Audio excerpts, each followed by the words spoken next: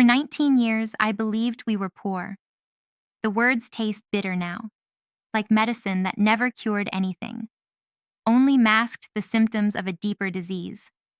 I can still hear my father's voice echoing through our cramped two-bedroom apartment, the same refrain that became the soundtrack of my childhood. Money's tight, kiddo. We have to make do. His calloused hands would gesture toward our sagging couch with its torn upholstery, the duct-taped refrigerator that wheezed through the night, the second-hand clothes that never quite fit right.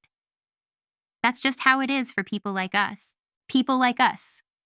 The phrase wrapped around my young mind like a chain, defining the boundaries of what I could dream, what I could expect from life. While my classmates talked about Disney vacations and summer camps, I learned to swallow my envy and nod along when they complained about their boring family trips to Europe. While they showed off new sneakers and designer backpacks, I perfected the art of making old things look intentionally vintage, turning necessity into a fashion statement that fooled no one but helped me sleep at night. The apartment itself was a monument to our supposed poverty. Paint peeled from the walls like old scabs, revealing patches of drywall that Dad promised he'd fix when we have the money. The carpet, a sickly brown color that might have once been beige, bore stains from a dozen small catastrophes.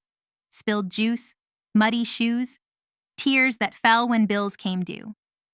Our kitchen table wobbled on three good legs and one that was propped up with folded magazines, creating a precarious surface where we ate our meals of generic cereal and store-brand pasta. But it was the sounds of poverty that haunted me most. The whispered arguments between my parents late at night, voices raised just enough to slip through thin walls, but muffled enough that I had to strain to catch fragments. Overdue notice. Shut off. Can't afford. The particular silence that followed the ring of the telephone, when both my parents would freeze and exchange those loaded glances that spoke of creditors and collection agencies. The hollow echo of our empty refrigerator when its compressor kicked in, a mechanical wheeze that sounded like the apartment itself was struggling to breathe. Mom worked two jobs. Mornings at the local diner where she came home smelling of grease and coffee, evenings cleaning offices downtown where she'd return with hands that smelled of industrial disinfectant and defeat. I can still see her in the early morning light, hunched over the kitchen table with a calculator and a pile of bills, her hair pulled back in a tight ponytail that accentuated the exhaustion carved into her face. She'd move numbers around like puzzle pieces, trying to make them fit into a picture that never quite came together. Maybe if I pick up another shift on Saturday, she'd murmur to herself, not realizing I was listening from the doorway. Her fingers would drum against the table, a nervous rhythm that matched the rapid blinking of her eyes as she fought back tears she thought no one would see. Dad's job was always mysterious to me, wrapped in vague explanations about consulting and contract work. He'd leave early in the morning wearing his one good suit, navy blue with a slight shine at the elbows, and return late at night with stories about difficult clients and uncertain projects. This business is feast or famine, he'd explain when I asked why we couldn't afford things other families took for granted. Right now, we're in a famine period, but things will turn around. They always do. I believed him because I needed to believe him. Because the alternative, that this was permanent, that this was all we'd ever have, was too crushing for a child's heart to bear. So I learned to find joy in small things. Library books that transported me to worlds where poverty was either romantically noble or easily overcome by plucky protagonists. Free events at the community center, the rare treat of a dollar menu hamburger that tasted like luxury when you'd been eating peanut butter sandwiches for a week.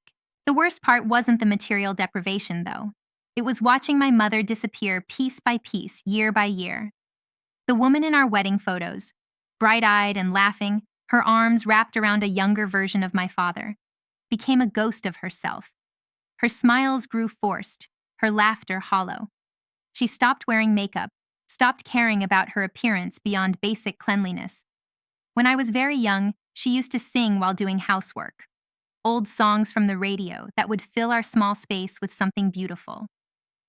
By the time I was in high school, our home had become a place of silence, broken only by the television's constant chatter and the industrial sounds of our aging appliances. The Christmas when I was 16 stands out in my memory like a photograph burned at the edges. I had asked for one thing: a decent winter coat to replace the one I'd been wearing for 3 years, its zipper broken and patches worn thin. On Christmas morning, under our plastic tree decorated with ornaments from the dollar store, I found a box containing a coat from the thrift store. It was clean and warm, but it smelled of someone else's life, someone else's sorrows. The previous owner had left a tissue in one pocket, and somehow that detail, that forgotten tissue, broke something inside me that had been bending under pressure for years. I wore that coat with pride, though. I told myself it had character, that it was better than the expensive coats my classmates wore because it had history.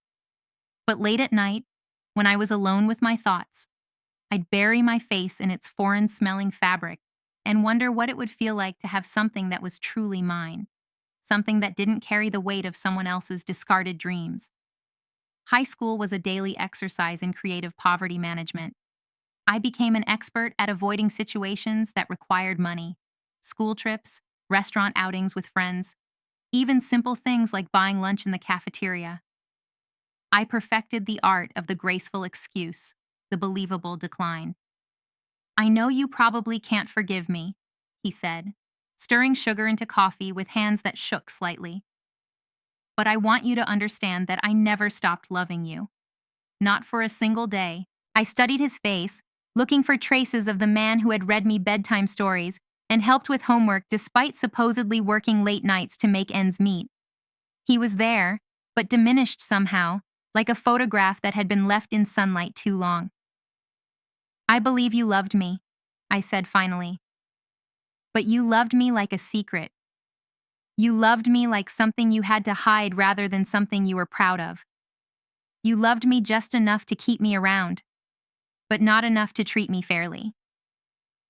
He flinched as if I'd struck him, but didn't argue with the assessment. How could he? The evidence was overwhelming and documented in Facebook photos and bank records, and 20 years of deliberately maintained inequality. "If I could go back," he began.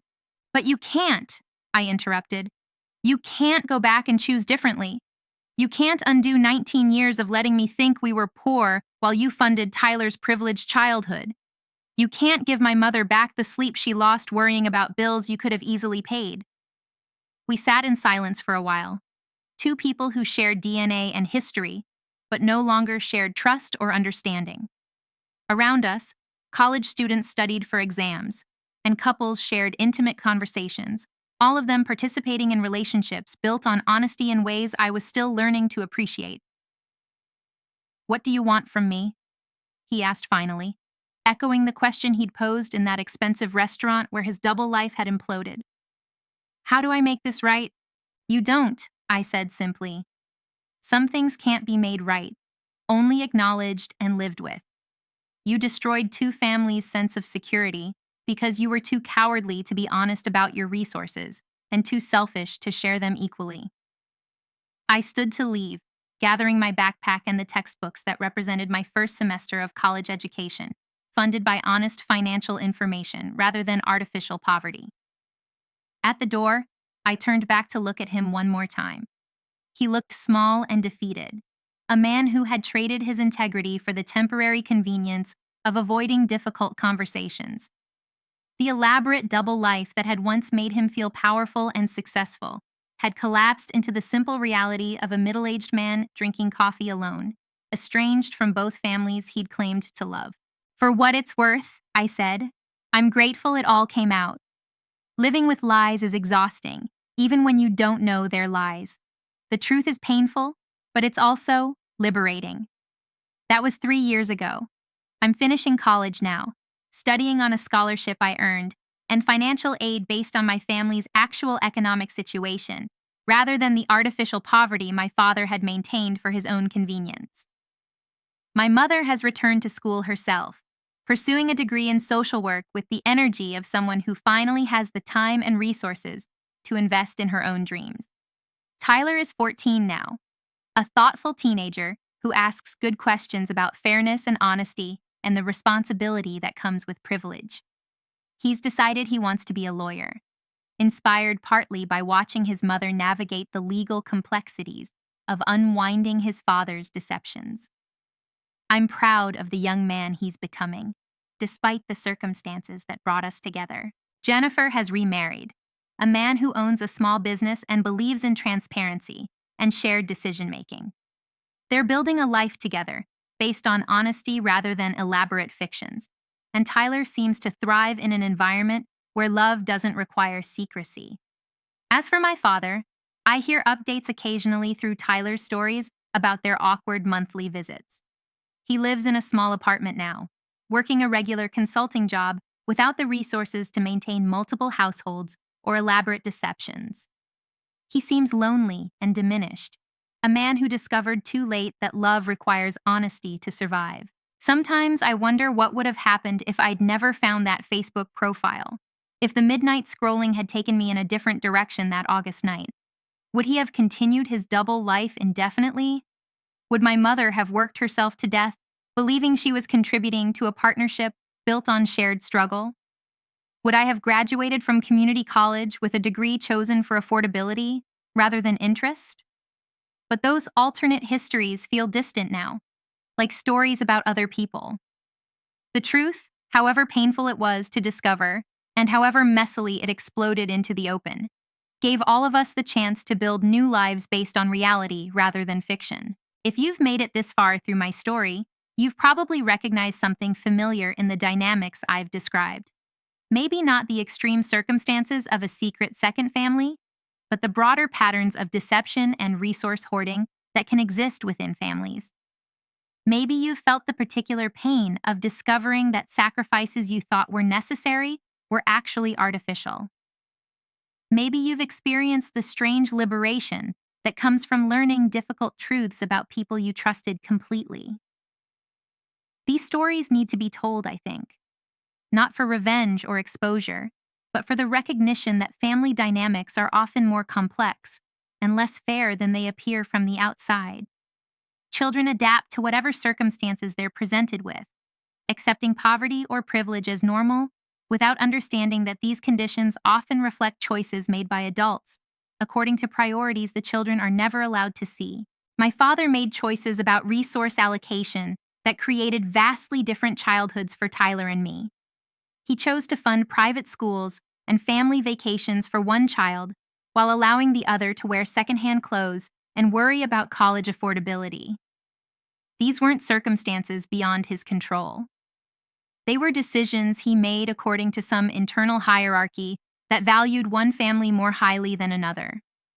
The saddest part isn't even the material inequality, though that was real and significant. The saddest part is that he robbed both families of the chance to know each other honestly. Tyler and I could have grown up as siblings, sharing experiences and supporting each other through the normal challenges of childhood and adolescence. Instead, we met as strangers when I was 19, trying to build a relationship around the wreckage of our father's deceptions. Jennifer and my mother could have been friends, or at least honest competitors for the same man's attention and resources. Instead, they were unknowing participants in an elaborate fiction that made one feel secure in her marriage while the other struggled with financial anxiety that was completely unnecessary. But perhaps most tragically, my father robbed himself of the chance to be honest with any of us. Instead of being a whole person in relationship with his family, he became multiple personas tailored to different circumstances, none of them complete or authentic. The David Miller who lived with us was tired and financially stressed. The David Mitchell who lived with them was prosperous and generous. Neither version represented his full reality. Living with such comprehensive deception must have been exhausting for him too, though I'm still too angry to feel much sympathy about that particular burden. Every conversation required careful editing. Every financial decision had to be explained differently to different families. Every expression of affection had to be calibrated according to which identity he was presenting at any given moment. The collapse of his double life was inevitable, really. Such elaborate fictions require constant maintenance and perfect execution. And human beings are imperfect creatures who make mistakes and leave digital trails. In the age of social media and interconnected online lives, maintaining complete separation between different identities becomes nearly impossible over time. I'm not sure what the moral of this story is, if there is one. Maybe it's that children are more resilient than parents think, capable of handling difficult truths better than elaborate lies. Maybe it's that honesty, however painful, is ultimately more sustainable than deception, however convenient. Maybe it's that love without fairness isn't really love at all, but a form of emotional resource hoarding that benefits some family members at the expense of others. Or maybe the moral is simpler. Secrets have weight, and that weight grows heavier over time until it becomes impossible to carry. My father carried the secret of his double life for nearly 20 years, and by the time it finally emerged, it had grown so heavy that it crushed everything it touched. Both families' sense of security, both wives' trust in their marriages, both children's understanding of their place in their father's priorities. The truth, when it finally came out, felt like a bomb exploding in the middle of our carefully constructed lives. But after the dust settled, after the initial shock and anger and grief had run their course, we were all left with something we'd never had before, an honest foundation on which to build whatever came next. My mother is happy now in a way I'd never seen before, free from the financial anxiety that had shadowed her entire adult life. She's building relationships and pursuing interests she'd never had time or energy for when she was working double shifts to contribute to what she thought was our family's survival. Tyler is growing into a thoughtful young man who asks good questions about privilege and fairness, shaped by the experience of learning that his comfortable childhood had been funded by another family's sacrifices. That knowledge has made him more generous and more conscious of inequality, qualities that will serve him well as he moves through a world where resource distribution is rarely as fair as it appears. Jennifer has found love again, with someone who believes in transparency and partnership, building a new marriage on foundations of honesty rather than elaborate fiction. She's also become an advocate for women navigating divorce from financially deceptive spouses, using her legal training and personal experience to help others unwind similar situations. And me? I'm learning to make choices based on what I want, rather than what I think I can afford. I'm learning to trust people while also verifying their honesty. I'm learning that love requires transparency to flourish, that relationships built on partial truths are always unstable, that the temporary convenience of avoiding difficult conversations usually leads to much more difficult consequences down the road.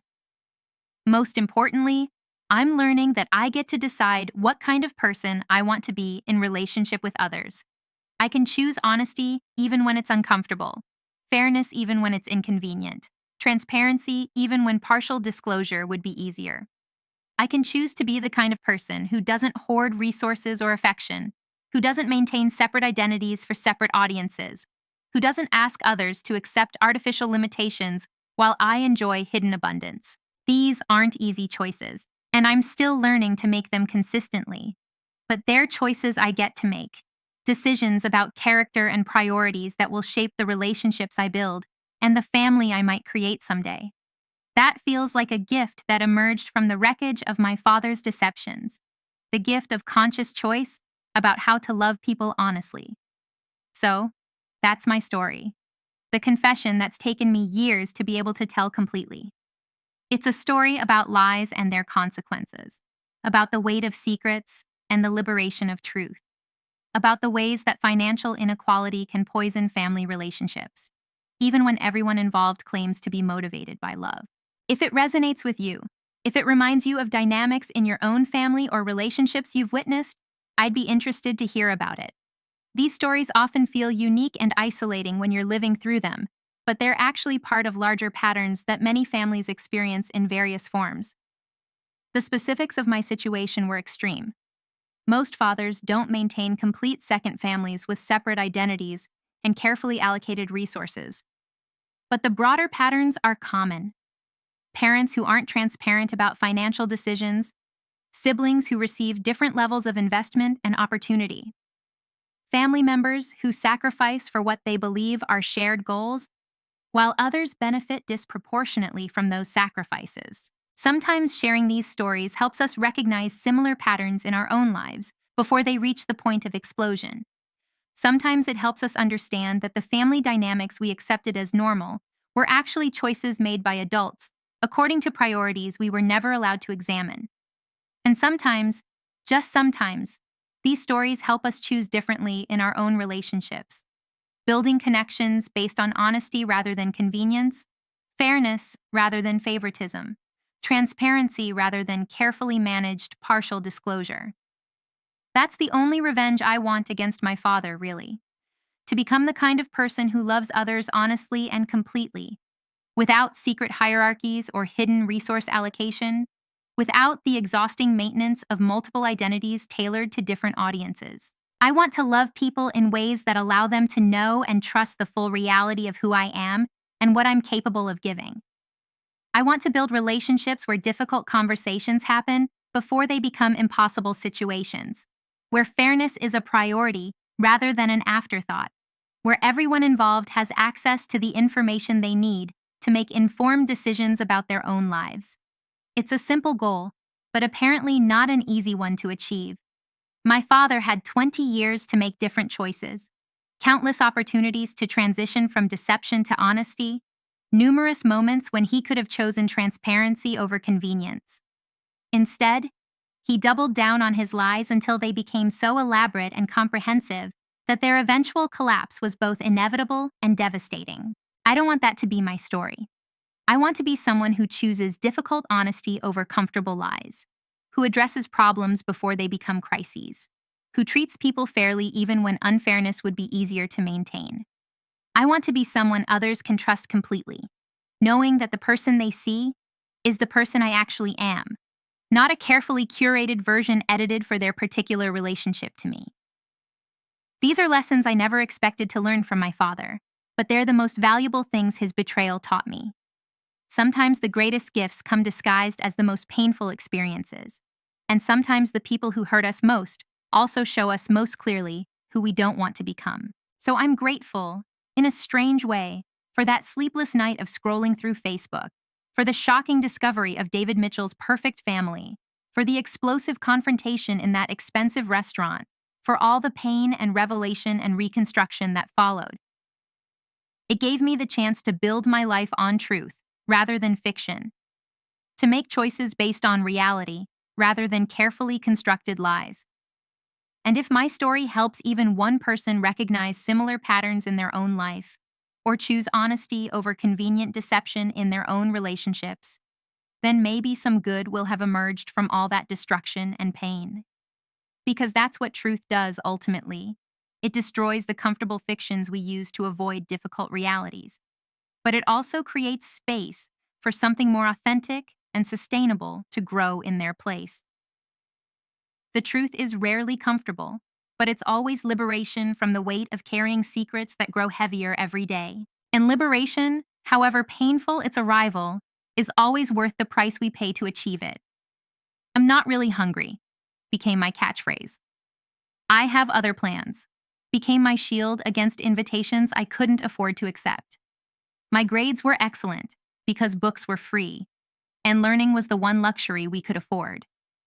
Teachers praised my dedication, not realizing that the library was my escape, my refuge from a home where every conversation seemed to revolve around what we couldn't have, couldn't do, couldn't be. I threw myself into academics with the fervor of the desperate, believing that education was my ticket out of the cycle of financial struggle that had trapped my parents. College applications were a cruel joke. The forms asked for family income, for lists of extracurricular activities, for essays about overcoming challenges. How could I write about overcoming poverty when I was still drowning in it? How could I list activities I'd never been able to afford? The guidance counselor spoke enthusiastically about financial aid and scholarships. But even with full funding, there were costs we couldn't manage: textbooks, meal plans, the simple expense of getting to and from campus. "Maybe community college first," Dad suggested, his voice carrying that familiar tone of defeat disguised as practicality. "Save some money, then transfer. Lots of successful people start at community college." I nodded, because disagreeing felt like twisting the knife in a wound that was already too deep. But inside, I felt another piece of my future crumble away, another dream downsized to fit our financial reality. The summer after graduation was supposed to be a time of celebration and anticipation. Instead, it felt like a holding pattern, a pause between the childhood I was leaving behind and an adulthood I wasn't sure I could afford. I worked at the same diner where my mother had spent her mornings, learning the particular exhaustion that comes from standing on your feet for 8 hours while strangers bark orders and leave tips that don't quite cover the wear on your shoes. The smell of that place, grease and coffee, and the underlying scent of desperation that seems to permeate every working class establishment became the perfume of my 19th summer. I'd come home with my hair reeking of fryer oil and my uniform stained with the evidence of other people's meals, count my tips on the kitchen table where mom still fought her nightly battles with bills and mathematics. Every little bit helps, she'd say, when I contributed my earnings to the household fund. But I could see in her eyes the same defeat I felt in my bones. The recognition that all our little bits would never add up to enough. That we were running in place on a treadmill that kept accelerating while we grew more tired. It was during those long summer nights, when the heat made sleep impossible and the silence of our apartment pressed against my ears like cotton, that I started spending more time on my phone. Social media had always been a minefield for me, a constant reminder of all the experiences I was missing, all the opportunities that existed just outside my reach. But insomnia makes people do strange things, and scrolling became a form of self-torture I couldn't resist. Facebook was the worst because it felt the most real. Instagram was obviously curated, snapshots of perfect moments that everyone knew weren't the whole story. But Facebook felt like glimpses into actual lives, mundane updates that revealed more than their authors probably intended. I'd lie in bed at 2 a.m., the blue glow of the screen painting my face in artificial light, watching the lives of my former classmates unfold in status updates and photo albums. Sarah from my English class posted pictures from her freshman orientation at Columbia. Michael from the football team shared shots of his family's lake house where he was spending his gap year. Even quiet Jenny from art class seemed to be living in a different universe, posting about her summer in France where she was finding herself through painting and poetry. I told myself I was just curious, just maintaining connections with people from high school. But the truth was darker than that. I was feeding an addiction to my own inadequacy, scrolling through evidence of lives I would never lead, experiences I would never have, opportunities that were reserved for people who had never learned to see poverty as a permanent state of being. If this sounds familiar to you, if you've ever found yourself trapped in that particular form of digital self-harm, let me know in the comments below. Sometimes acknowledging the darkness we've all experienced is the first step toward finding light. It was on one of those sleepless August nights, the air conditioner broken, and the windows open in a futile attempt to catch a breeze that never came, that I stumbled across something that changed everything. I was mindlessly scrolling through suggested friends, those algorithmic offerings that Facebook presents based on mysterious connections and digital breadcrumbs, when a familiar face appeared in my feed. At first, I thought it was a mistake. The man in the profile picture looked like my father, but he was younger somehow. His face relaxed in a way I rarely saw at home. He was wearing a suit I didn't recognize. Charcoal gray and obviously expensive, nothing like the shiny navy suit that constituted his entire professional wardrobe. But it was definitely him. The same eyes, the same slightly crooked smile, the same small scar above his left eyebrow from a childhood accident he'd told me about a dozen times. But the name was wrong. The profile read David Mitchell instead of David Miller. My father's name was David Miller. I was sure of it.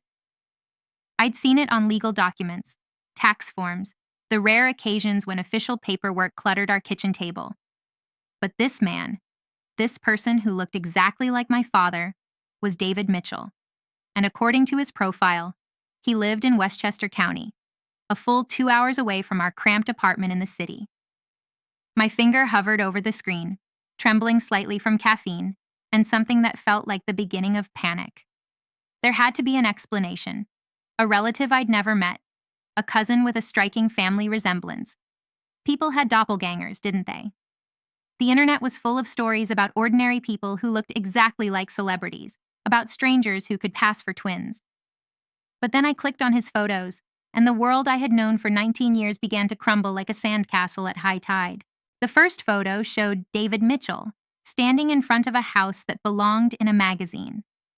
Colonial style with white columns and perfectly manicured landscaping, the kind of house I'd seen in movies but never imagined real people actually lived in. The lawn was emerald green and carefully maintained, bordered by flower beds that spoke of professional landscaping and unlimited budgets for seasonal plantings. I scrolled down with the hypnotic fascination of someone watching a car accident. The next photo showed David Mitchell, my father, I was now certain, despite the name difference, standing next to a woman I'd never seen before. She was beautiful in an effortless way that money could buy.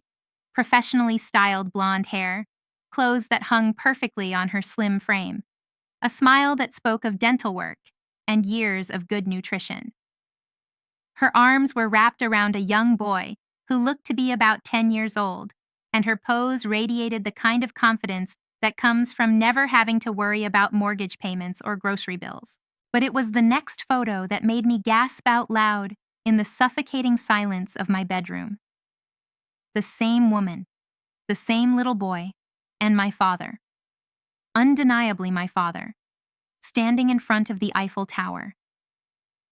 They were all wearing matching shirts and genuine smiles, the kind of unguarded happiness that comes from experiencing something magical together.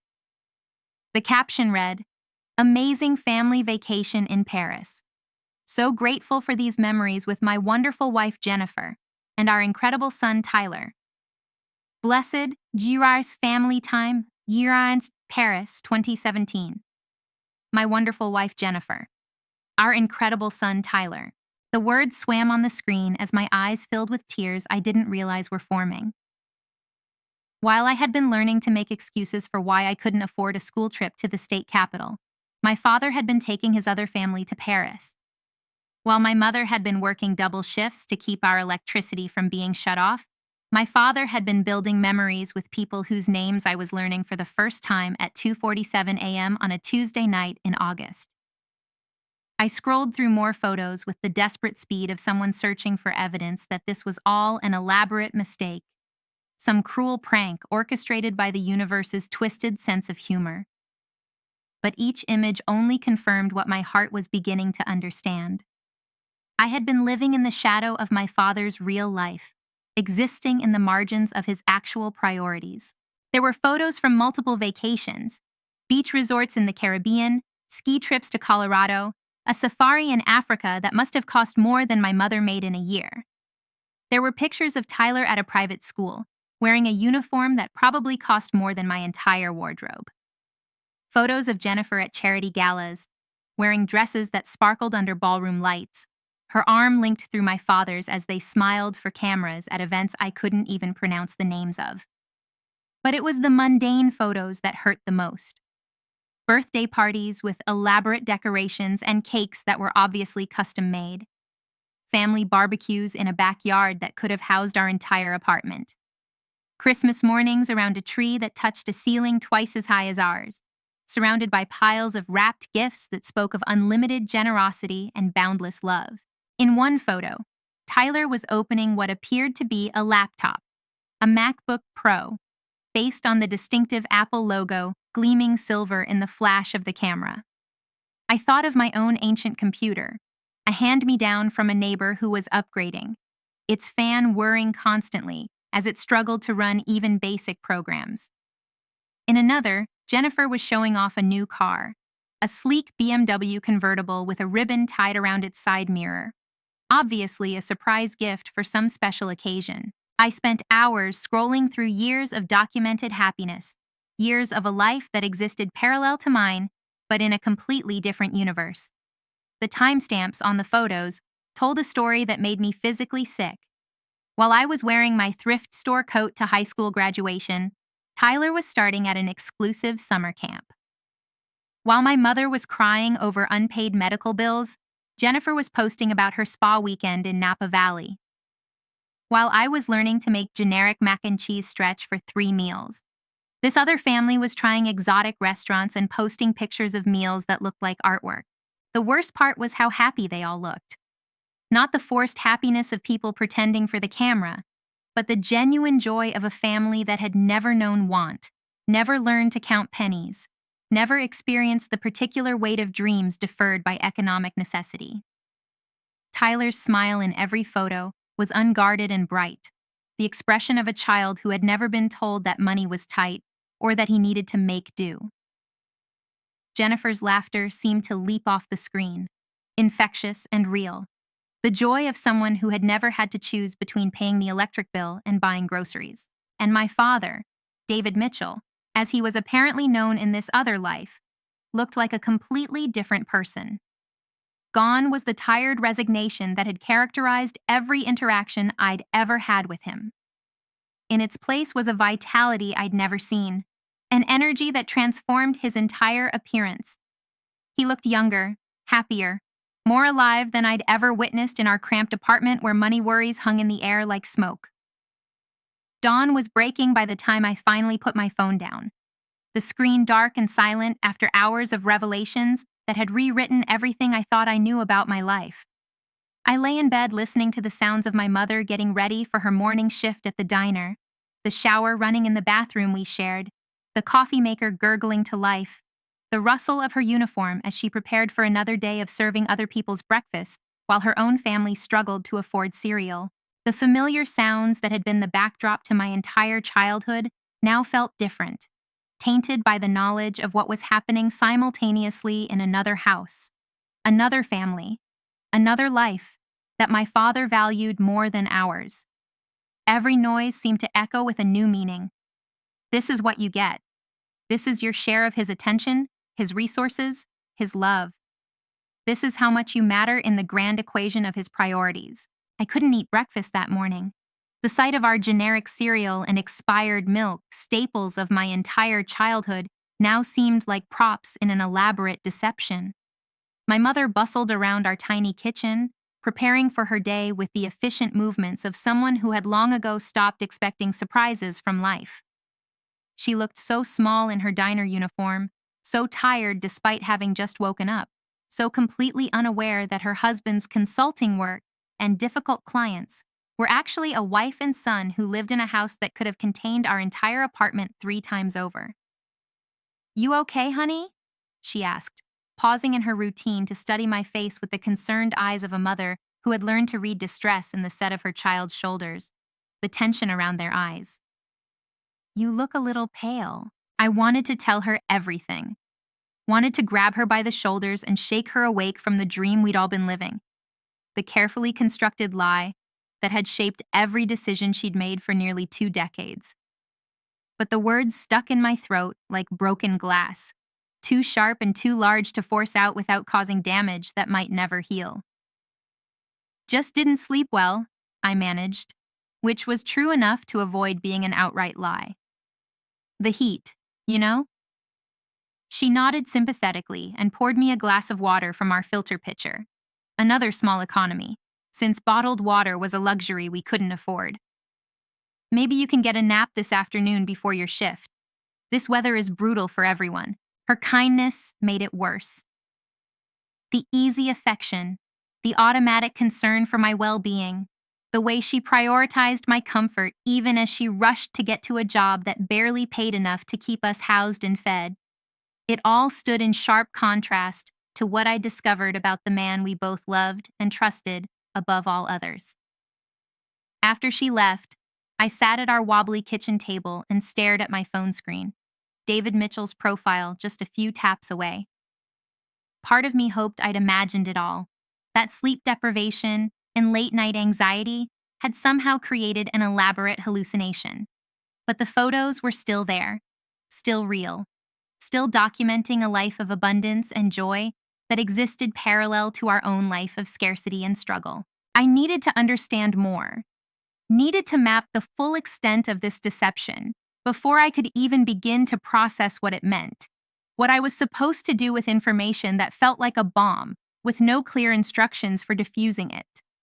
So I did what any 19-year-old would do in the digital age. I became a detective, following every digital breadcrumb I could find. Jennifer Mitchell's profile was public, her privacy settings apparently relaxed enough to allow strangers to view her entire life history through carefully curated posts and photo albums.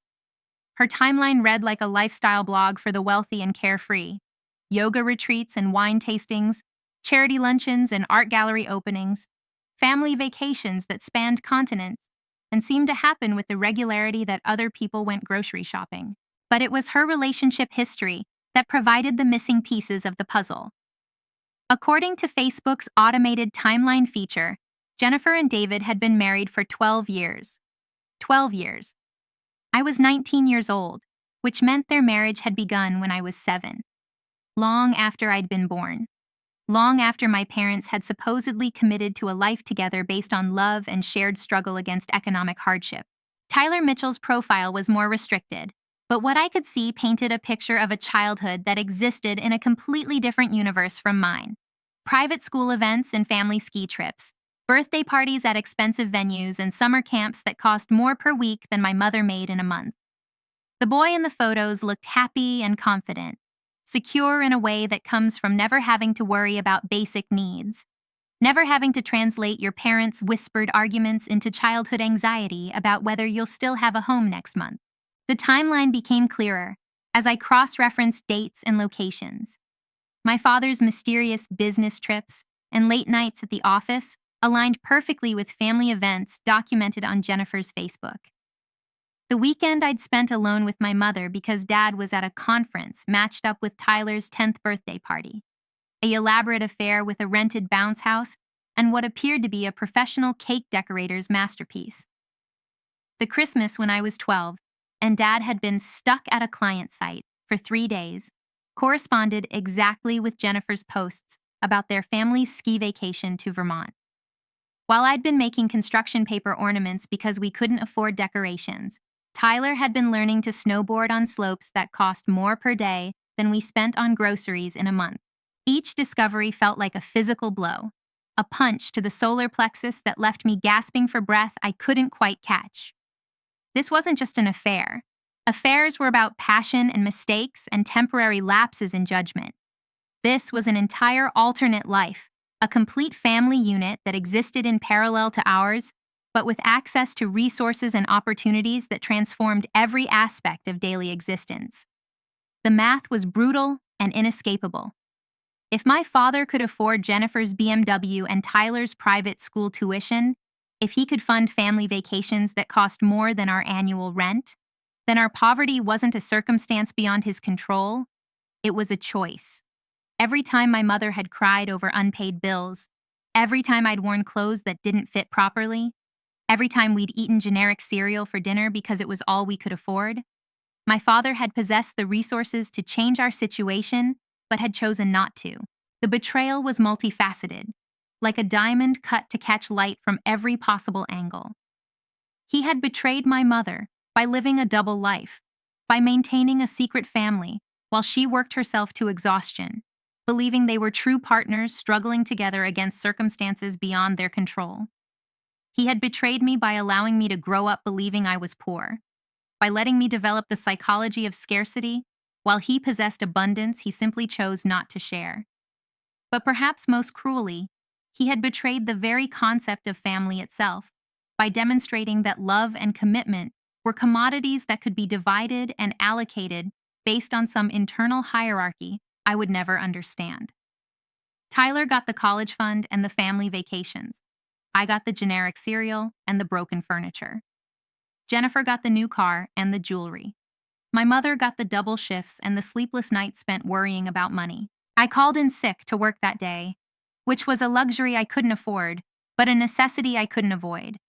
My hands were shaking too badly to carry plates, and my throat felt too tight to speak to customers with anything approaching professionalism. Instead, I spent the day researching, diving deeper into the digital evidence of my father's other life, trying to understand not just what he'd done, but how he'd managed to sustain such an elaborate deception for so many years. The logistics alone were staggering. He'd somehow maintained two separate identities, two separate addresses, two separate sets of relationships and responsibilities. The David Miller who lived with us was tired and economically stressed, always worried about making ends meet and careful with every dollar. The David Mitchell who lived in Westchester County was prosperous and generous, taking expensive vacations and providing his family with every luxury. How had he managed the taxes, the legal documents, the simple practical reality of being in two places at once, of maintaining relationships with two different sets of people who believed they knew him completely? The more I thought about it, the more impressed I became with the sheer scope of the undertaking, even as the emotional impact threatened to crush me entirely. By evening, I had assembled a complete picture of the Mitchell family's life, cross-referencing social media posts with public records and news articles that occasionally mentioned their charitable work or community involvement. They were pillars of their community, the kind of family that sponsored Little League teams and had their names on plaques at the local library. David Mitchell served on the board of Tyler's school and had been featured in the local newspaper as a business leader making a difference. The article included a quote that made me physically nauseous. "Family is everything to me. My wife Jennifer and my son Tyler are the center of my universe, and everything I do is motivated by my desire to give them the best life possible. Everything I do is motivated by my desire to give them the best life possible." The words echoed in my head as I thought about my mother, who would be coming home soon from her evening shift cleaning offices, her hands raw from industrial chemicals, and her feet aching from hours of standing. Everything he did was motivated by giving his real family the best life possible, which apparently required keeping his other family, us, in a state of artificial poverty that funded their abundance. That night, when my mother returned from work, I watched her with new eyes. She moved through our apartment with the careful efficiency of someone conserving energy, someone who had learned not to waste motion or effort, because both were finite resources in a life defined by scarcity. She heated leftover soup for her dinner, the same soup we'd been eating for 3 days, stretched with extra water and generic crackers to make it last longer. "How was your day, honey?" she asked, settling into her chair at our wobbly table with the newspaper folded to the coupon section. She studied grocery store advertisements with the focus of a military strategist, planning our meals around what was on sale and what she had coupons for. I wanted to tell her everything, but the words remained stuck. How do you tell someone that their entire adult life has been built on a lie? How do you explain that the financial struggles that have defined every major decision for 20 years were unnecessary, artificial, maintained for reasons that had nothing to do with economic reality and everything to do with emotional priority? "It was okay," I said instead, watching as she circled breakfast cereal with her red pen. Even now, even in this moment of devastating revelation, she was planning how to feed us as cheaply as possible, trying to make our limited resources stretch far enough to cover basic needs. "Your father called earlier," she mentioned casually, not looking up from her coupons. "He's going to be late again tonight. Something about a client emergency. A client emergency." I wondered which client, Tyler's soccer practice, or Jennifer's book club meeting, or some other commitment in the life that mattered more than the one he shared with us. I wondered if he would go home to his real house after his emergency, if he would help Tyler with homework or watch a movie with Jennifer on their couch that wasn't held together with duct tape. Did he say when he'd be back? I asked, though I wasn't sure why it mattered. The man who would eventually walk through our door was a stranger to me now, an actor playing the role of a financially struggling father, while his true self lived in comfort 40 miles away. Late, probably. You know how these things are. She sighed and folded the newspaper, the coupon section marked with red circles and stars, indicating her battle plan for tomorrow's grocery shopping. "Sometimes I think he works too hard, but he's just trying to provide for us. Just trying to provide for us." The cruel irony of the statement hit me like a physical blow. He was providing for us. He was providing us with just enough to survive while reserving prosperity for the family that apparently held his true affections. We were getting the minimum necessary allocation from a man whose resources were clearly sufficient for much more. That realization crystallized something inside me, transformed my shock and hurt into something harder and more actionable. This wasn't just about discovering my father's secret.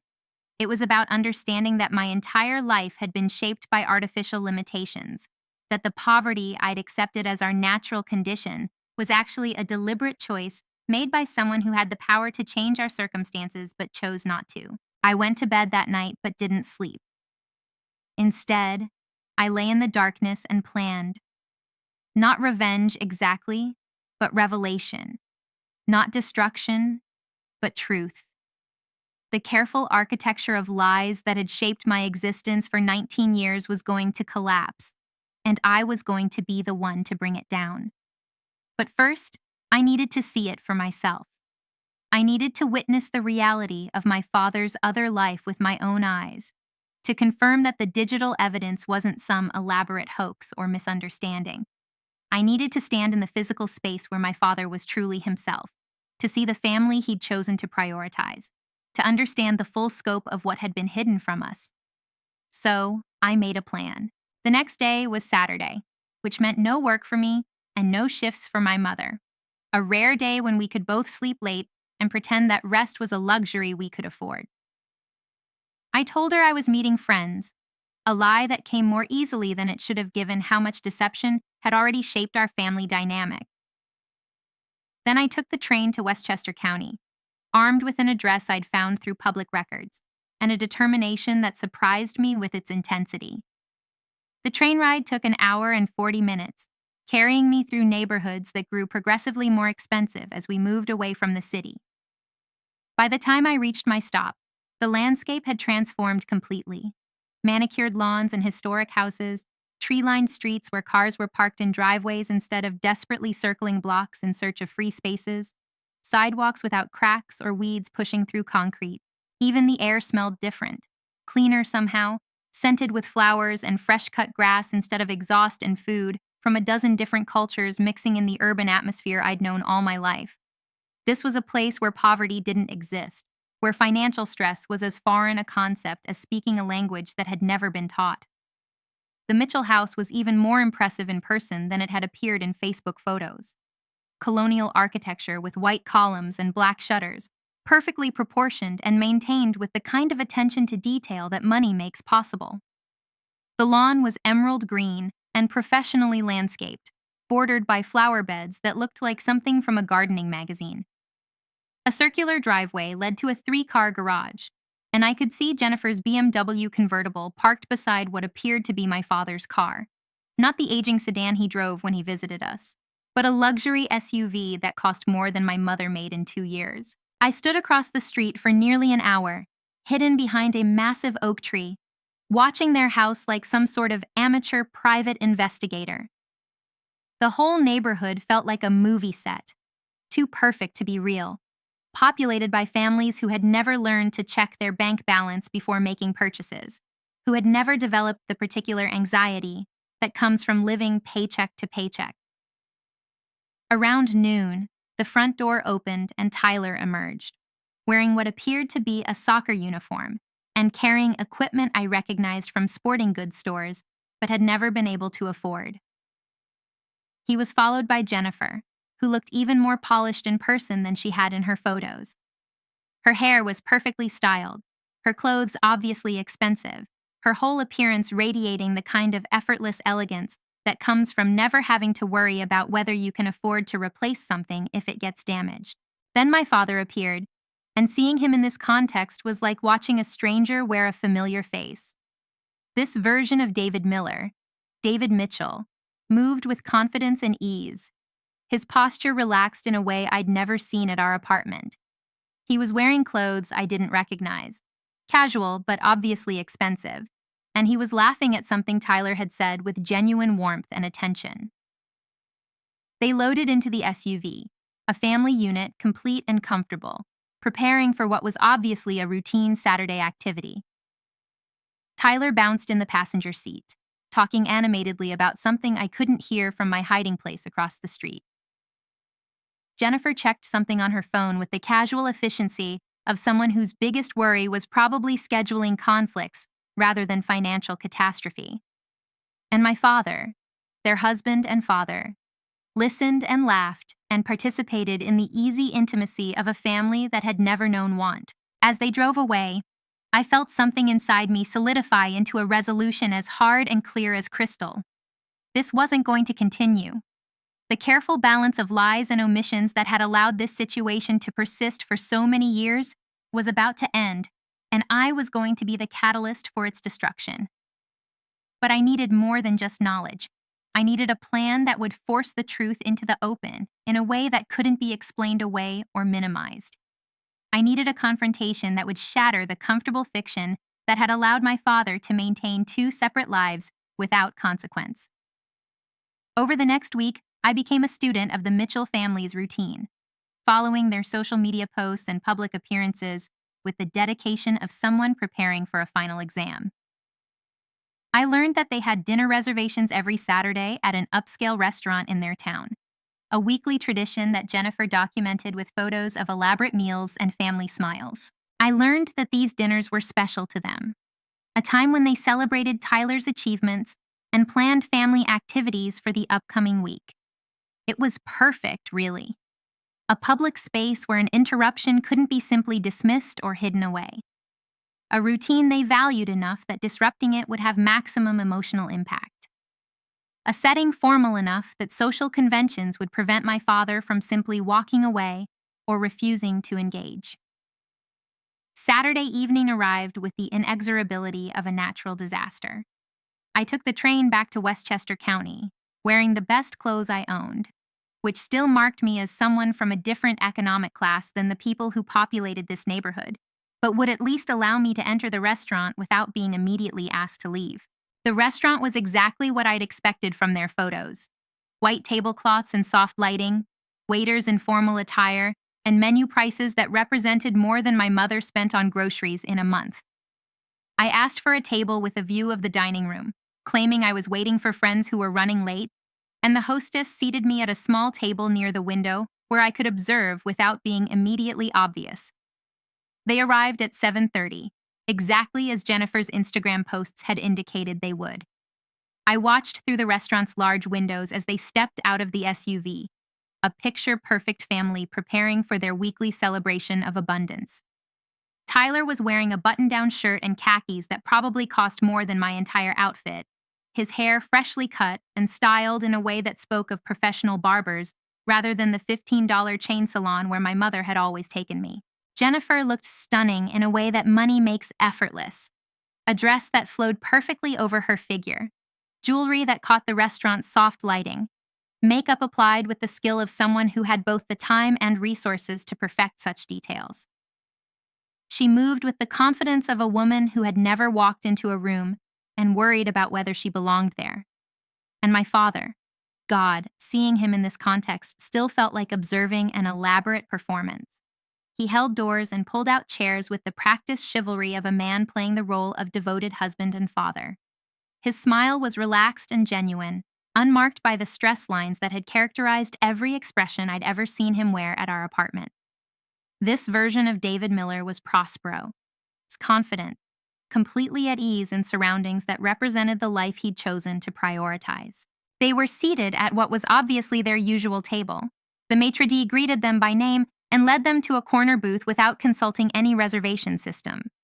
Tyler immediately began talking about something that made both parents laugh, his gestures animated and his face bright with the particular joy of a child who had never learned to moderate his enthusiasm due to financial constraints.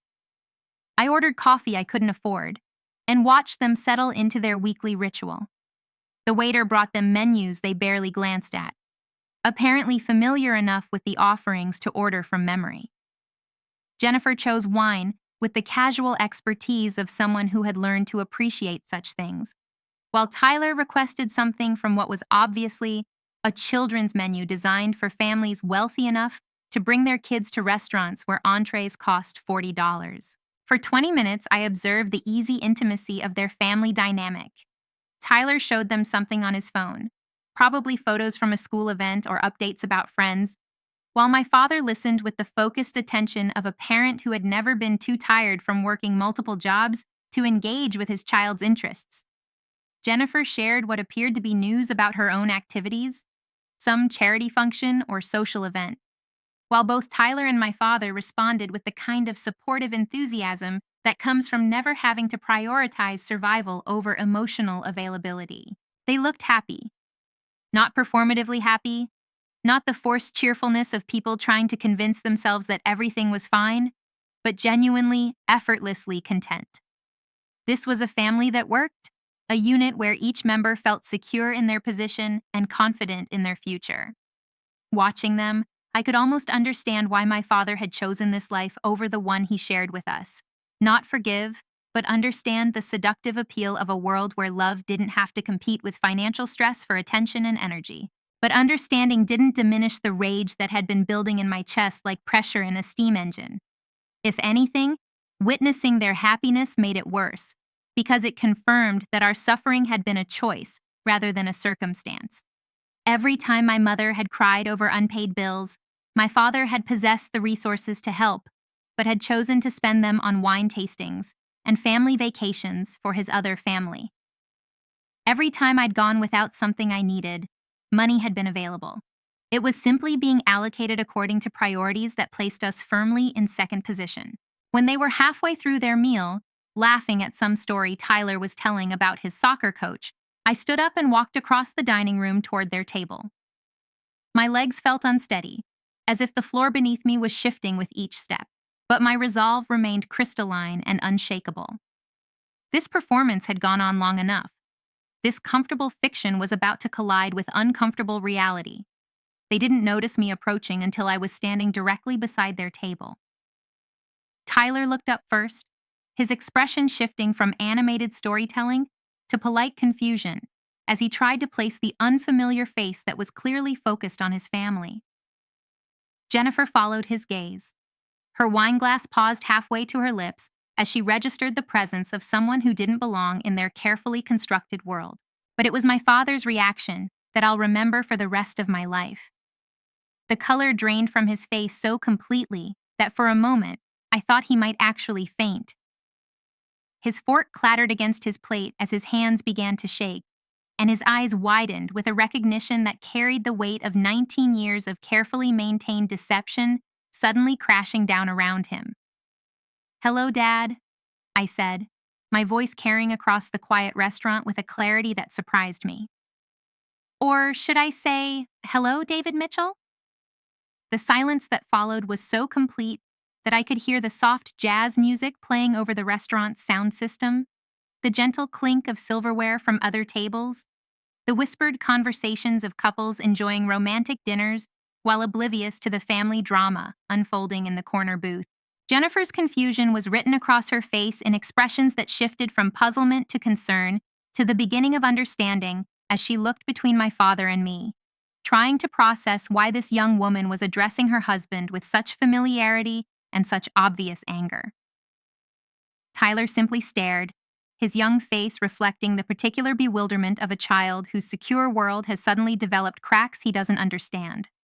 The soccer story died on his lips, replaced by an instinctive recognition that something important and potentially terrible was happening, even if he couldn't yet comprehend what it was.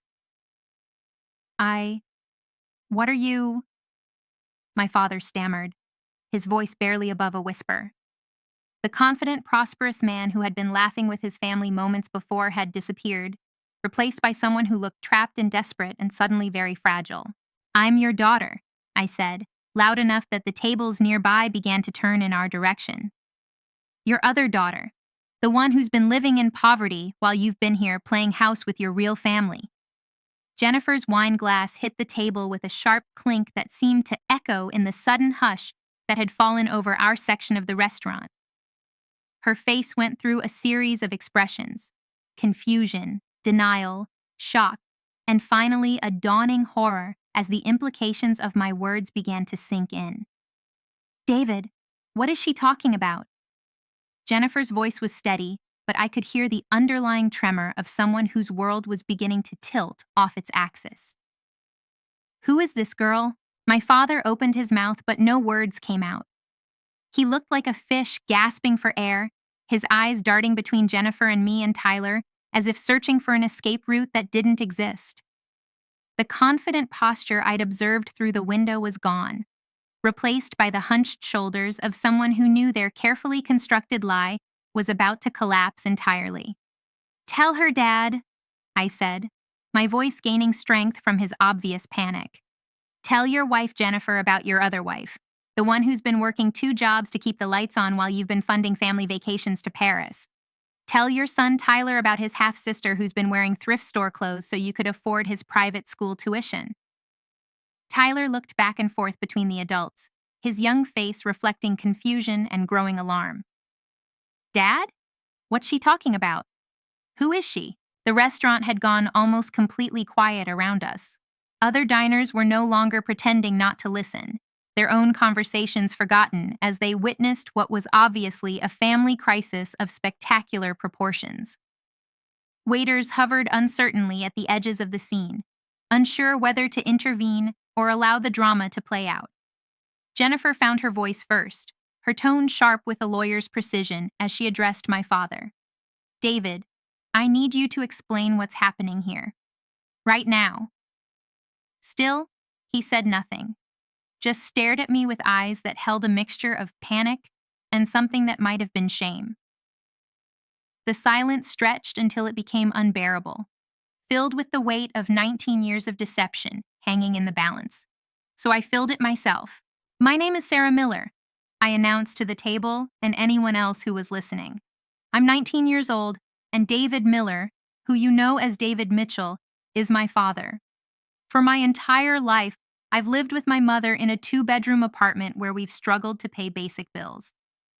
My mother works double shifts at a diner and cleaning offices, and I've been wearing secondhand clothes and eating generic cereal because Dad always told us money was tight." Jennifer's face had gone completely white. Tyler was staring at me with the wide-eyed fascination of a child witnessing something both horrible and compelling. "But apparently," I continued, my voice growing stronger with each word, "money was only tight for some of his family. While my mother cried over unpaid electricity bills, Dad was taking you to Paris. While I wore a broken winter coat held together with safety pins, Tyler got private school and soccer camps and birthday parties that cost more than we spend on groceries in 6 months." "That's impossible," Jennifer whispered, but her voice carried no conviction. She was looking at my father with new eyes, seeing not the devoted husband she'd known for 12 years, but a stranger capable of deceptions she'd never imagined. "Show them the pictures," I said, pulling out my phone and placing it on the table between them. The screen displayed my father's Facebook profile, David Mitchell, with his carefully curated photos of family happiness and financial abundance. "Show them the house in Westchester County and the BMW convertible, and all those vacation photos while my mother was working herself to exhaustion, believing she was married to a struggling consultant." Jennifer picked up my phone with hands that trembled slightly, scrolling through images that documented years of her family's life from a perspective she'd never considered. With each photo, her expression grew harder, more distant, as if she was watching her marriage dissolve in real time. 12 years, she said finally, her voice barely audible. "We've been married for 12 years. Tyler is 11 years old. How is this possible?" Tyler was crying now, not the dramatic wailing of a young child, but the quiet, confused tears of someone old enough to understand that his world was changing in ways he couldn't control or comprehend. "Dad, is she really my sister? Do I have another family?" And finally, my father found his voice. "Yes," he whispered, the single word carrying the weight of nearly 2 decades of deception. "Yes, she's your half-sister. Yes, I have another family." The confirmation hung in the air like a physical presence, making the restaurant's atmosphere feel thick and difficult to breathe. Jennifer stared at him as if he'd transformed into something alien and incomprehensible. How? She asked, her lawyer's training apparently kicking in as she began to process the logistics of such an elaborate lie. How did you maintain two families? Two identities? How did you afford both households? My father's shoulders sagged as if the weight of maintaining his double life had suddenly materialized as a physical burden. I. The consulting business was real, but more successful than I told either of you. I kept separate books, separate accounts. I told Sarah and her mother that money was tight, that we had to be careful, while he gestured helplessly around the expensive restaurant. While I spent it here? You mean while you spent it on us? Jennifer said, her voice growing colder. While you let your other family live in poverty so you could give us a life of luxury built on lies. The ugliness of it was now fully exposed, impossible to rationalize or minimize. My father hadn't been torn between two families he loved equally. He had made clear choices about resource allocation that placed Jennifer and Tyler's comfort above my mother's and my basic needs. Every expensive meal they'd enjoyed had been funded by our deprivation. Every family vacation they'd taken had been made possible by our sacrifices we hadn't even known we were making. Sarah, my father said, finally addressing me directly, I know you must hate me right now, and I understand why, but you have to believe me when I say I love you and your mother.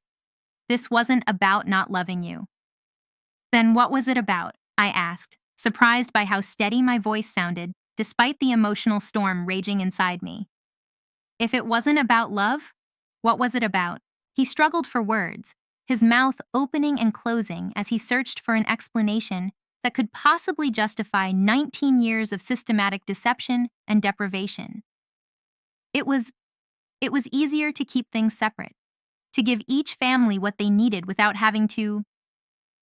He trailed off, apparently realizing that any completion of that sentence would only make things worse. Without having to what? Jennifer demanded. Without having to split your resources equally?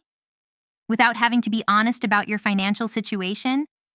Without having to treat both families with the same respect and consideration? The restaurant management had finally decided to intervene.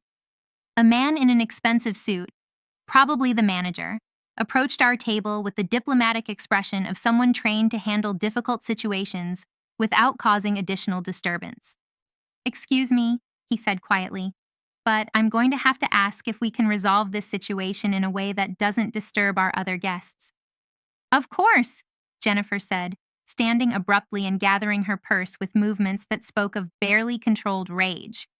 We were just leaving. But Tyler remained seated, staring at me with eyes that held a mixture of curiosity and something that might have been recognition, the instinctive understanding of one child meeting another who shared half their genetic material. Are you really my sister? He asked quietly. The question hit me harder than anything else that had happened that evening. This boy, this happy, secure, well-cared-for boy, was my half-brother. We shared a father who had chosen to give him everything and me almost nothing, but we also shared blood and history, and a connection that had nothing to do with the financial inequality that had shaped our parallel childhoods. Yes, I said, my voice gentler than it had been all evening. I'm your half-sister. Your dad is my dad, too. Tyler nodded solemnly, processing this information with the seriousness of a child who had just learned that the world was more complicated than he'd previously understood. Why didn't I know about you? It was such an innocent question, asked with the direct honesty that children bring to complex situations. How do you explain to an 11-year-old that their father had maintained two separate families, that their comfortable life had been built on another family's deprivation, that love and resources had been distributed according to some internal logic that prioritized his happiness over mine? That's something you'll have to ask your dad, I said finally. Jennifer had retrieved Tyler's jacket and was clearly preparing to leave, her movements sharp and efficient as she tried to process the complete destruction of everything she'd believed about her marriage and her family. But she paused and looked at me directly for the first time since I'd approached their table. Where do you live? She asked. You and your mother? I told her our address, watching as her face registered recognition of the neighborhood. The kind of area where people like her might go for trendy restaurants or charity work, but would never consider living. The geographic distance between our homes suddenly seemed symbolic of the economic and emotional distance my father had maintained between his two families. And your mother? Jennifer continued, her voice carefully controlled. She doesn't know about us? She has no idea, I confirmed. She thinks Dad is a struggling consultant who's doing his best to provide for us. She's been working herself to death trying to contribute to household expenses while he's been funding your family vacations. Jennifer closed her eyes briefly, and when she opened them, they were filled with a pain I hadn't expected to see. This destroys everything, she whispered. Everything I thought I knew about my marriage, about my family, about my life. Welcome to the club, I said without much sympathy. At least your destruction comes with financial security. Mine comes with the knowledge that everything I've sacrificed, everything my mother has sacrificed, was unnecessary. My father finally stood, his movements unsteady as if the restaurant floor had become unreliable beneath his feet. Sarah, please. Can we talk about this privately? Can we figure out how to what? I interrupted. How to go back to the way things were? How to pretend I never found out about your real family? How to convince me that 19 years of lies were somehow justified? Other diners were openly staring now, some holding up phones to record what was obviously a dramatic family confrontation. The scene had moved beyond private conversation into public spectacle, and my father seemed to shrink under the attention. I need to go home, Jennifer said finally, her hand on Tyler's shoulder as she guided him away from the table. Tyler, say goodbye to your sister. The word sister came out strained, as if Jennifer was testing how it felt to acknowledge my existence in relation to her son. Tyler looked up at me with eyes that held too much confusion for someone his age. Will I see you again? He asked. It was such a simple question, with such complicated implications. This boy was my half-brother, an innocent victim of our father's deceptions just as much as I was. But he was also a living reminder of the family that had been prioritized over mine, the recipient of resources and attention that had been systematically denied to me. I don't know, I said honestly. That's not really up to me. Jennifer nodded curtly, a gesture that might have been acknowledgement or dismissal, then led Tyler toward the restaurant's exit. I watched them go, noting how she kept her son close to her side as if protecting him from further revelations that might shatter what remained of his secure worldview. My father remained standing beside the table, looking lost and somehow smaller than he had when the evening began. The other diners were slowly returning to their own conversations, but I could feel their continued attention like heat from a fire. Sarah, he said quietly, what happens now? It was a question I'd been asking myself for days, ever since I'd first discovered his double life through those midnight scrollings on Facebook. What happens when you learn that your entire existence has been built on lies? What happens when you discover that the financial struggles that shaped every aspect of your childhood were artificial, maintained to fund someone else's abundance? Now you go home to your real family, I said, standing and pulling on the jacket I'd worn, my best jacket, which suddenly seemed shabby in the restaurant's elegant atmosphere. And I go home to mine. And tomorrow I tell my mother that the man she's been married to for 20 years has been living a double life. His face went even whiter if that was possible.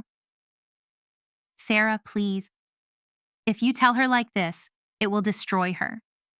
Can we find a way to what? To ease her into the truth gradually? To let her down gently? I laughed, but there was no humor in it. You've had 19 years to find a gentle way to handle this situation. You've had 19 years to make different choices, but you chose to maintain this lie, and now it's ending in the messiest way possible. He reached toward me as if to touch my arm, but I stepped back.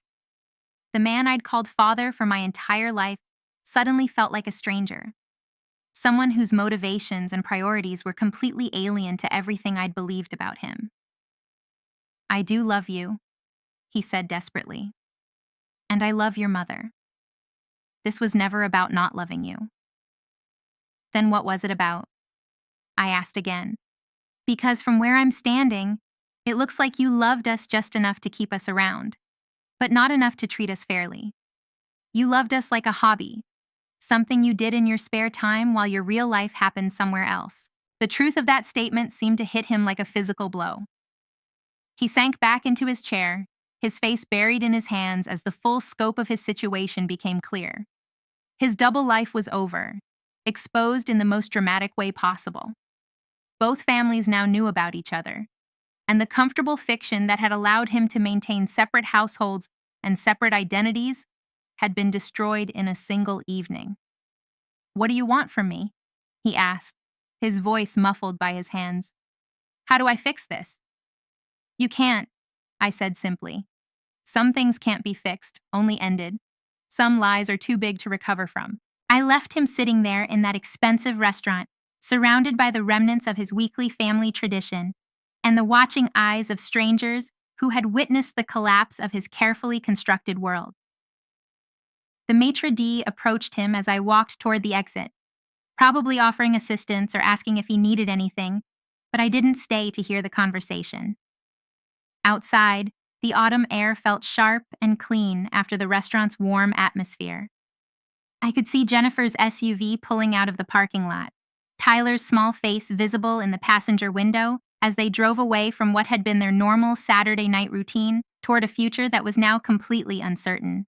The train ride home gave me time to process what had just happened, what I had just done. I had walked into that restaurant as someone's secret daughter and walked out having destroyed two families' sense of security and normalcy. The knowledge felt powerful and terrible at the same time, like holding a weapon I wasn't sure I should have fired. But as I watched the suburbs give way to urban landscapes through the train's windows, I felt something else too, a strange sense of liberation. For the first time in my life, everyone involved knew the truth. The elaborate balancing act that had required my family to live in artificial poverty while my father's other family enjoyed abundance was finally over. By the time I reached our apartment building, it was past 11 o'clock. My mother would probably be asleep, exhausted from another week of double shifts and financial stress that I now knew was completely unnecessary. Tomorrow, I would have to tell her that her entire adult life had been shaped by lies, that the man she'd trusted above all others had been systematically betraying that trust for nearly 2 decades. I climbed the 3 flights of stairs to our apartment, each step feeling heavier than the last. The hallway smelled of cooking from a dozen different cultures and the particular mustiness of a building where too many people lived in too small spaces because they couldn't afford better options. It was the smell of my childhood, but now it carried the additional weight of knowing it had all been unnecessary. Our apartment was dark and quiet when I let myself in, but I could see light under my mother's bedroom door. She was probably reading, or maybe working on bills at her small desk, trying to make numbers add up to something sustainable. Tomorrow, those numbers would suddenly make sense in a completely different way. I went to my room and sat on my bed, staring at my phone where David Mitchell's Facebook profile was still open. In a few hours, that profile would probably be deleted or heavily edited as my father tried to manage the aftermath of his exposed double life. The photos documenting years of family happiness and financial abundance would disappear, but the truth they had revealed was now permanent and inescapable. Sometimes a revelation like this changes everything so completely that you can't even imagine how you lived before it. If you've ever had a moment like that, where one piece of information reframes your entire past, I'd love to hear about it in the comments. These kinds of family secrets have a way of hiding in plain sight until one day they explode into the open. I didn't sleep that night. Instead, I lay in bed listening to the familiar sounds of our building, pipes groaning, neighbors moving around, the distant hum of traffic that never quite stopped in our neighborhood. These sounds had been the backdrop to my entire life, but now they seemed different, tainted by the knowledge that they represented a choice rather than a circumstance. Around dawn, I heard my mother's alarm clock go off, followed by the sounds of her morning routine. Shower, coffee, the rustle of her diner uniform as she prepared for another day of serving other people's breakfasts, while believing her husband was struggling to provide for their family. In a few hours, I was going to destroy that belief completely. She was sitting at our wobbly kitchen table when I emerged from my room, a cup of coffee cooling beside her as she reviewed the week's bills with her usual focused concentration. She looked up when I entered, her face brightening with the automatic affection that had sustained me throughout a childhood marked by economic uncertainty. "You're up early," she said, glancing at the clock. "Everything okay?" "Mom," I said, sitting down across from her at the table where we'd shared thousands of meals that were carefully budgeted and strategically stretched. "We need to talk about Dad." Something in my tone must have alerted her, because her expression shifted from casual morning conversation to focused concern. She set down her pen and gave me her full attention, probably preparing for news about grades or college plans or some other routine aspect of my life. "What about him?" she asked. And so I told her everything. I told her about the sleepless nights spent scrolling through Facebook, about the profile that showed our husband and father living under a different name with a different family. I told her about the house in Westchester County and the BMW convertible and the family vacations to Paris while she worked double shifts to keep our electricity from being shut off. I told her about Tyler, the half-brother I'd never known I had, and Jennifer, the other wife who had been living in luxury funded by our deprivation. I told her about the restaurant confrontation, about the look on David Mitchell's face when his carefully maintained double life collapsed in front of both families simultaneously. I told her about Tyler's innocent questions and Jennifer's shocked recognition that her marriage had been built on systematic deception. My mother listened without interrupting, her face cycling through expressions I'd never seen before. Disbelief, hurt, anger, and finally a kind of stunned acceptance as the pieces of her life rearranged themselves into a pattern she'd never imagined possible. When I finished talking, the kitchen fell silent except for the familiar sounds of our aging apartment and the distant noise of neighbors starting their Saturday morning routines. My mother sat perfectly still, staring at the bills spread across our table. Bills that represented struggles that had apparently been artificial, imposed by someone who possessed the resources to eliminate them, but chose not to. 20 years, she said finally, her voice barely above a whisper. "I've been married to him for 20 years. "I'm sorry," I said, though the words felt inadequate for the magnitude of what I'd just revealed. "I'm sorry I had to be the one to tell you. I'm sorry it happened at all." She reached across the table and took my hand, her fingers worn from years of work that had been more necessary than it should have been. "Don't apologize for telling me the truth," she said. "Don't ever apologize for that." We sat together in the morning light streaming through our small kitchen window, two women whose entire understanding of their lives had been rewritten in the space of a single conversation. Outside, our neighborhood was waking up, people starting their days with the same financial pressures and economic uncertainties that had shaped our existence for as long as I could remember. But now we knew something we hadn't known before.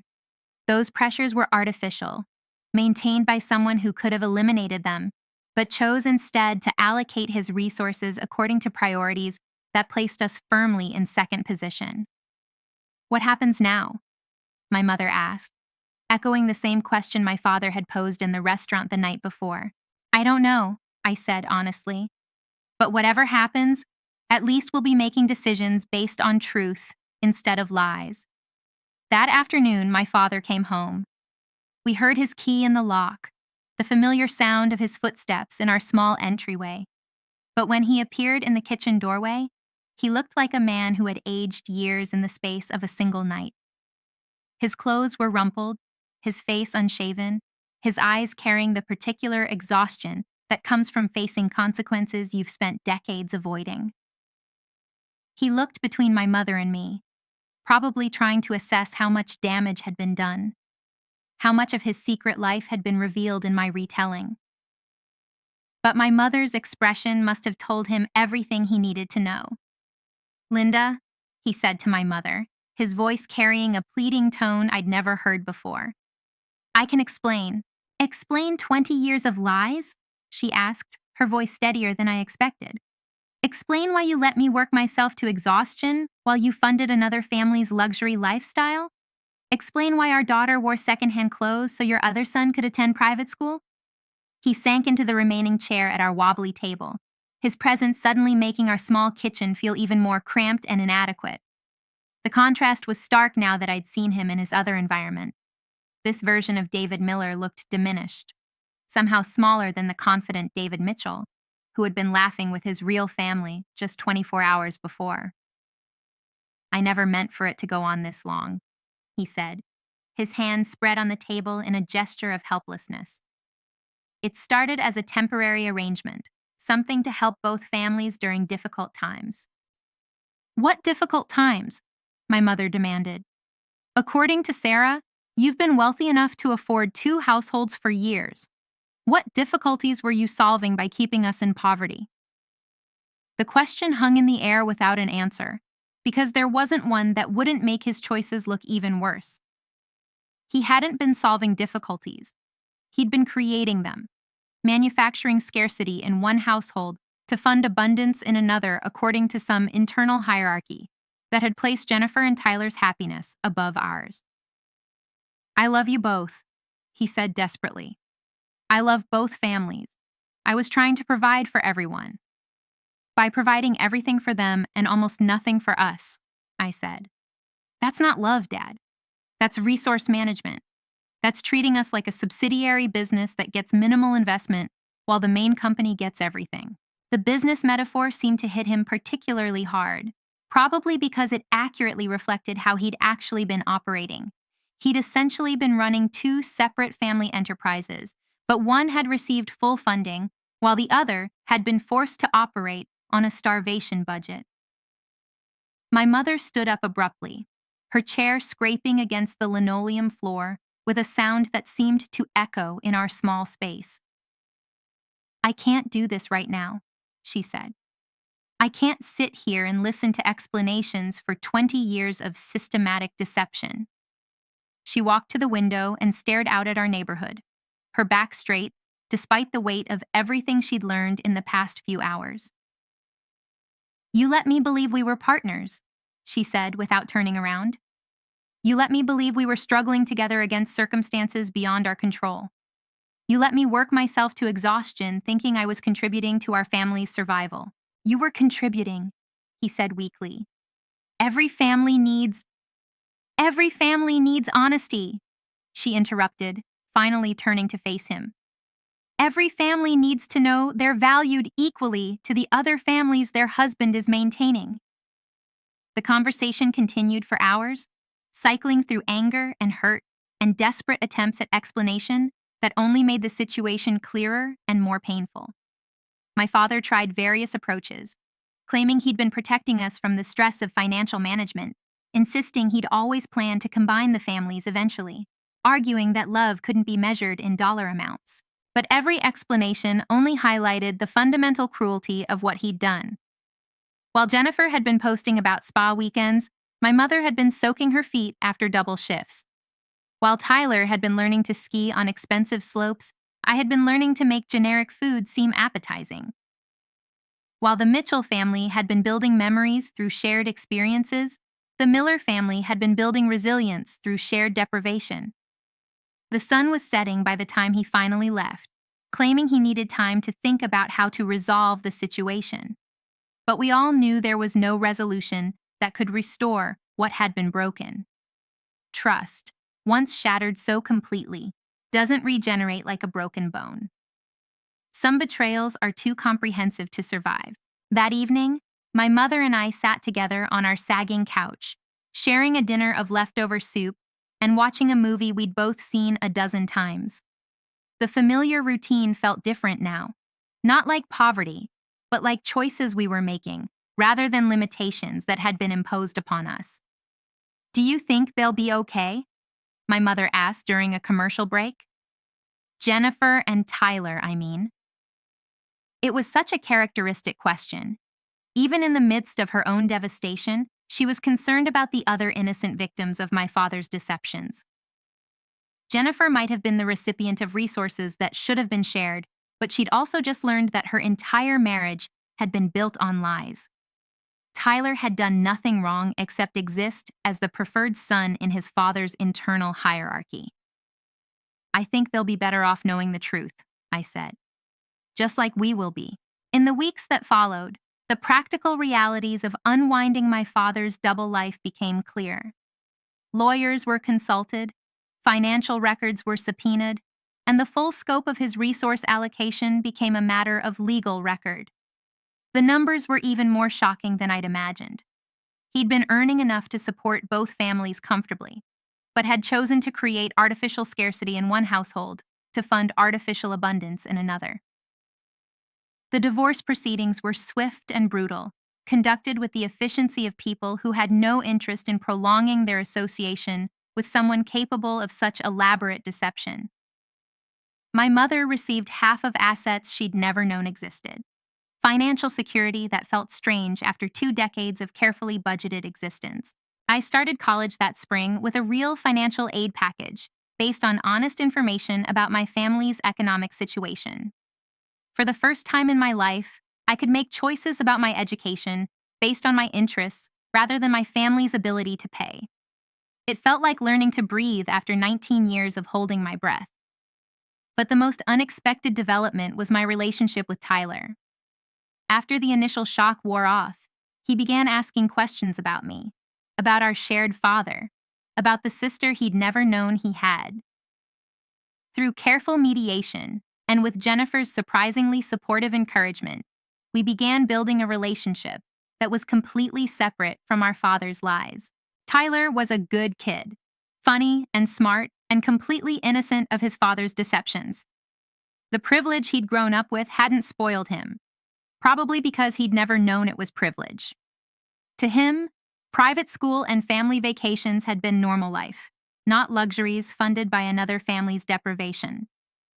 Getting to know him was like looking through a window into the life I might have lived if my father's resource allocation had been different. But strangely, I didn't resent Tyler for the advantages he'd received. If anything, I felt protective of him. He was as much a victim of our father's choices as I was, just in a different way. Jennifer and I maintained a cordial but distant relationship, 2 women who had been married to the same man without knowing it. She handled the revelation with a grace I'm not sure I would have possessed in her position, focusing on protecting Tyler while restructuring her own life around the reality of having been systematically deceived for over a decade. As for my father, David Miller, David Mitchell, or whatever name he was using that week, he seemed to shrink as his double life collapsed. Without the elaborate fiction that had allowed him to be 2 different people in 2 different contexts, he became someone smaller and more ordinary. Just another middle-aged man who had made catastrophically bad choices about honesty and resource allocation. The last time I saw him was at a coffee shop near my college campus. He'd asked to meet, claiming he wanted to make amends, to explain his actions in a way that might lead to some form of reconciliation. But when he sat across from me at a small table in the afternoon sunlight, he looked like a stranger wearing my father's face.